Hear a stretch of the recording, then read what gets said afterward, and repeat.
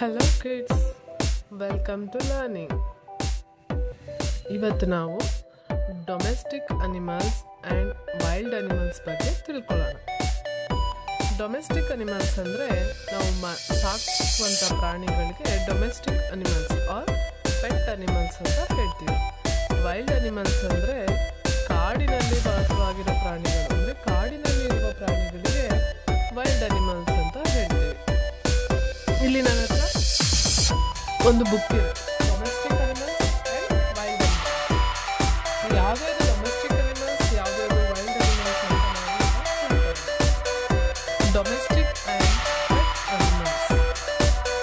This is buffalo. Buffalo ಅಂದರೆ ಎಮ್ಮೆ.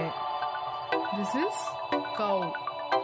Cow ಅಂದರೆ ಹಸು.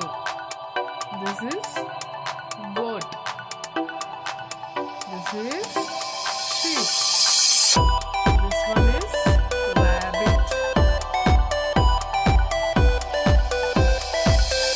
This is dog. This one is cat.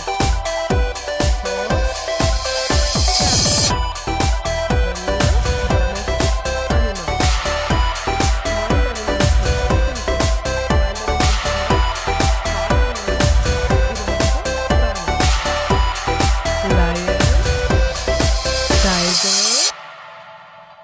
Deer, bear,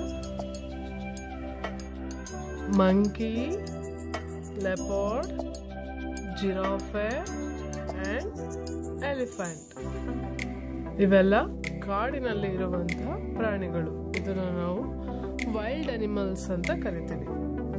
ಇವತ್ತು ನಾವು ಡೊಮೆಸ್ಟಿಕ್ ಅನಿಮಲ್ಸ್ ಅಂದರೆ ಏನು, ಯಾವ್ಯಾವ ಪ್ರಾಣಿಗಳನ್ನ ನಾವು ಡೊಮೆಸ್ಟಿಕ್ ಅನಿಮಲ್ ಅಂತ ಕರಿತೀವಿ, ಮತ್ತು ವೈಲ್ಡ್ ಅನಿಮಲ್ಸ್ ಅಂದರೆ ಏನು, ಯಾವ್ಯಾವ ಪ್ರಾಣಿಗಳು ವೈಲ್ಡ್ ಅನಿಮಲ್ಸ್ ಆಗಿವೆ ಅಂತ ತಿಳ್ಕೊಂಡ್ವಿ.